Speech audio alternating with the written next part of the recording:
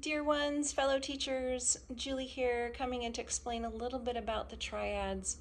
Um, there was a bit of confusion last year about triads and how they work, um, what was the expectation.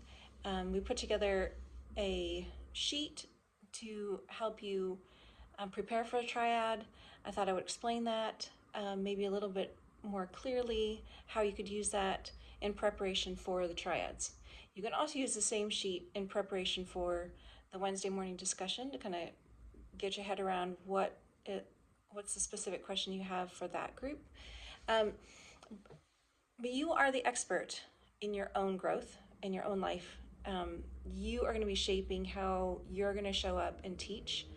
And our role is to come alongside you, be a resource, help you gain experience, skill set, knowledge, but you're the one who's shaping it. You know what it is you're needing and where you have the questions. And so this sheet is to try and help you spend some time clarifying what are the areas in your life that you're wanting, not areas of your life, areas of your teaching specifically, that you're wanting to hone in on. So each triad, you're going to have different people you're going to meet with.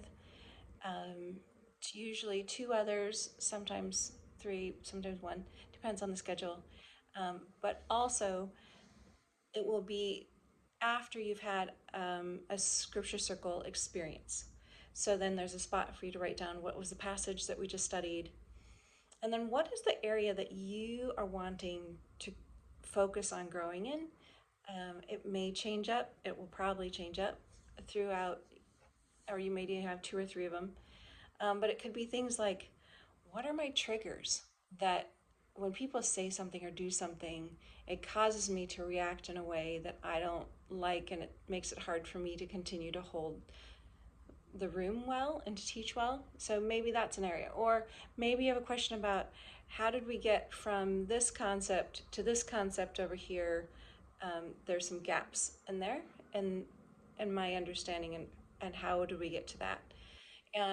That could be the area. It's more specifically about the mechanics of a passage or the text. That's mechanics isn't the right word, but the content, and or maybe you're wanting to figure out, how do I create space that makes it really safe for people to come in? What are the specific thought processes and things that help people come in and feel safe to share and to be in this room? There's a lot of topics we're going to cover in the next year, I feel, and it could be any one of those, but this is a chance for you to kind of hone in and sit with what is it that you're needing and which of those areas. And then you want to think about, what is my backstory? What is my history with this? What are things do I know about myself already? And then what are the things I don't know?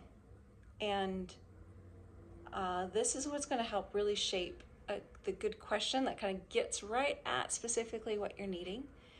And so spend some time with, what do you not know? And that's why that space is even a little bit bigger.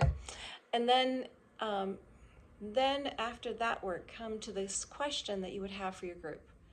And I call it a level 2 or level 3 question. As an educator background, I love Costa's levels of thinking. They also are a helpful tool for me to think about when I'm working with leading a scripture study. What kind of questions am I using? I usually start with level 1, and then I move into level 2, and then we do more level 3 near the end of a study. But I'll kind of bounce around depending on, but it's just helpful for me. It's a way for me to kind of think about my questions. And so level 1s are things that people could Google.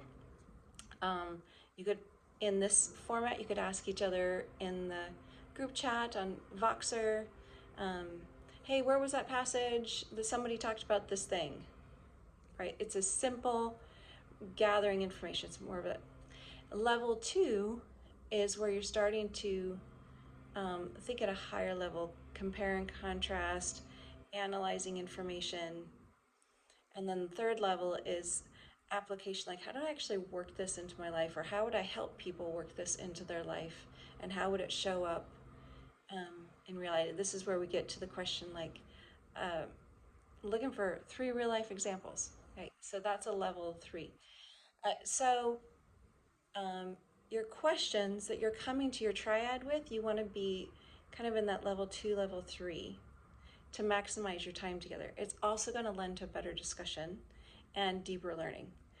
So, and then there's space for takeaways. And then at the end, it's also this ongoing process of reflecting about how you as a person are present in a conversation, and reflecting even in your triad, how present were you there, or how present were you with the scripture study.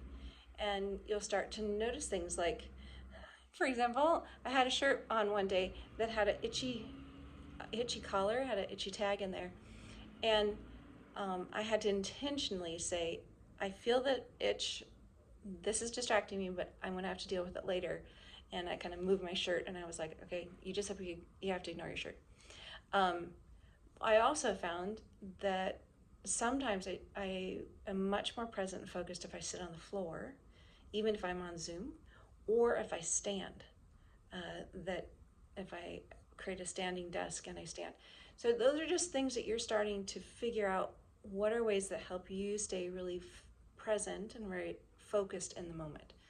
So I would recommend, this is my recommendation, is that before you come to your triad, spend some time thinking this through.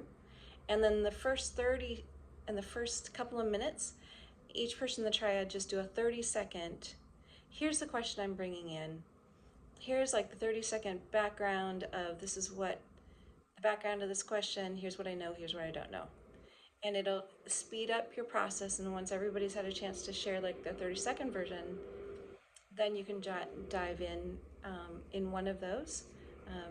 Or you might see a theme that's coming through all of them. But it'll help guide that conversation to help get what it is you're specifically needing from that time together. So I hope that helps.